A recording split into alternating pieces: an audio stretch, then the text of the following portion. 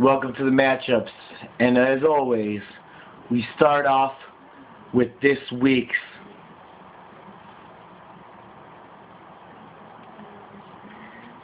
game of the week.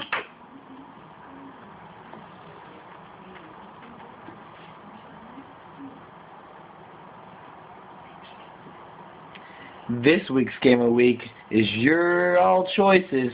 It's Team Gabo versus Teddy Ballgame, Mr. 4-1 against Mr. 0-5. Wait, what?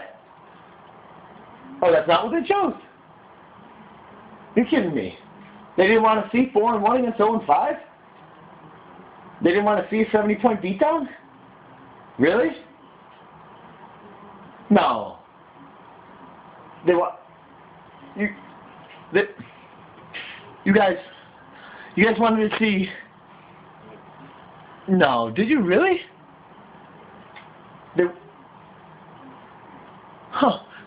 This week's game of the week? Get some versus Durchfalle.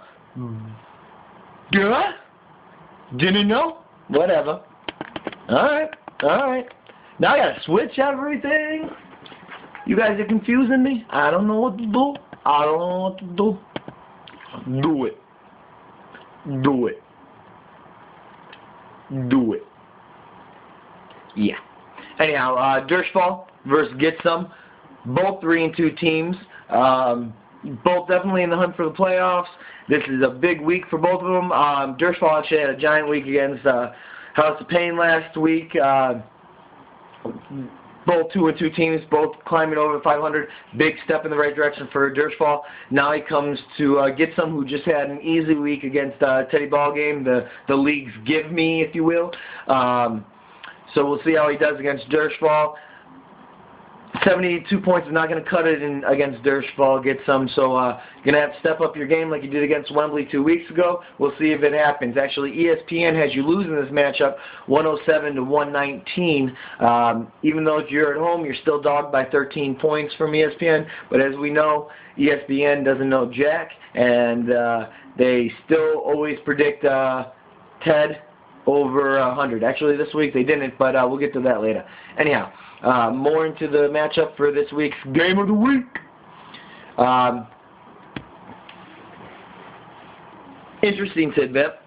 I'm going to give you a little third-person omniscient here, mainly because I was actually in the trade, so maybe it wouldn't be third person, it would be first person, but I'm telling you guys, as the third person. Anyhow, Durchfalle could have gotten Rivers this year about 3 times because I kept stupidly offering him out. But he chose not to and keep Aaron Rodgers. Right now it's not paying off for him as Rivers is heading to, a record-setting year. He's actually on pace for 5,600 yards. That would crush Dan Marino's record. If that happens, I don't see Wembley losing or not winning. Trust me, it's making me happy to see him having that Breeze Rodgers type year. Hopefully it continues. But back on to the actual matchup. If we all look at the matchups here, Durchfalle actually has Kyle Orton in right now against the Jets defense.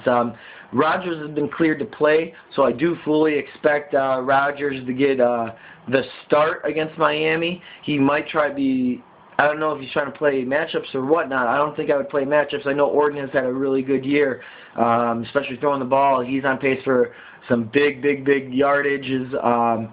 He's got good points. He's averaging just less than 20 points a game. But against the Jets defense, I don't think Orton really has what it takes to take out the Jets defense or put up big numbers. At least he doesn't have the big number potential that I see Rodgers having against the Miami defense. We'll see what he does there. It's going to be a tough decision for him. It's actually tougher now that Aaron Rodgers is cleared to play after his concussion. So we'll see how that goes. But as of right now, Orton's in there. Projected as 19. Against the Jets, I'm saying about 10 or 11 points. So well under the projection. Cutler, he's back in. It's a battle of 2 concussed quarterbacks. Cutler's in against a really, really weak team, or defense at least, in Seattle. Look for Cutler to put up some big numbers being back in the lineup. ESPN keeps hating on him with only 10 points. He's averaging 10 points, but that's because he skipped out on last week. So don't really look at the averages on that. He wasn't playing last week, so he's averaging a lot better than that. And you can't really count the game against the Giants where he got concussed and he was in negative points and blah, blah, blah, blah, blah. Cutler against Seattle, he's putting up plus 20 points. It's just going to happen. You guys will know it. I've told you it before, and it always comes true, so count on that. Get a lot of favorable matchups this week, which it couldn't happen at a better time for him. Jamal Charles going against Houston, LaDainian Tomlinson going against Denver, Amadula from the St. Louis, which no one really knows, but since Mark Clayton's out for St. Louis, you can really see Danny having a lot better game. And going against San Diego's defense that is completely porous, lets up monster fantasy points. I actually see him with about 10 points, which is definitely a great fill for his flex spot. On the other side, Durchfalle, Matt Forte against Seattle.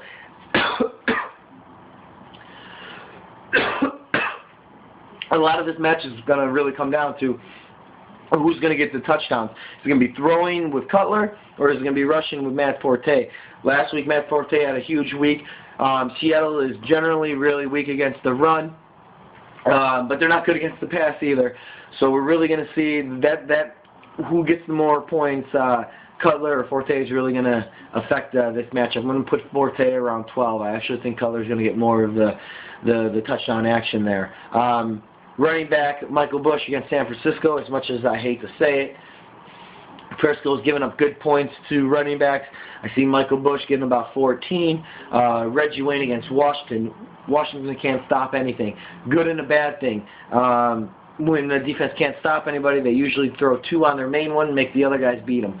So even though Reggie Wayne is way better than the other players, best receiver on the team, I don't see him getting actually too many touches because of the double team. I see more Garcon and Colley getting, and Dallas Clark getting more of the touches in this game. So actually put me down for only 7 points for Reggie Wayne this week.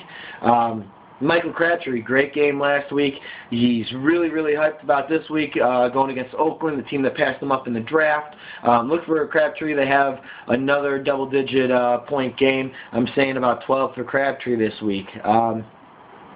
Lance Moore against Tampa Bay. Tampa Bay, surprisingly enough, has been playing pretty good. I don't see Lance Moore actually in this game.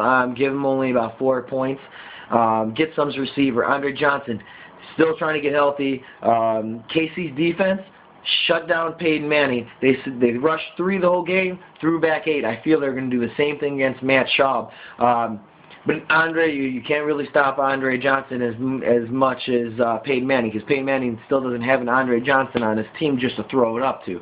So Andre's going to get his points. I'm going to give him about 12 this week. Down driver. If he doesn't score, he's no good. I don't think he's scoring against Miami. So I'm giving him only about 4 points. Tight ends, Dustin Keller against Denver. Look for Sanchez to find Keller in the end zone twice this week. Give me Keller at 17 points this week.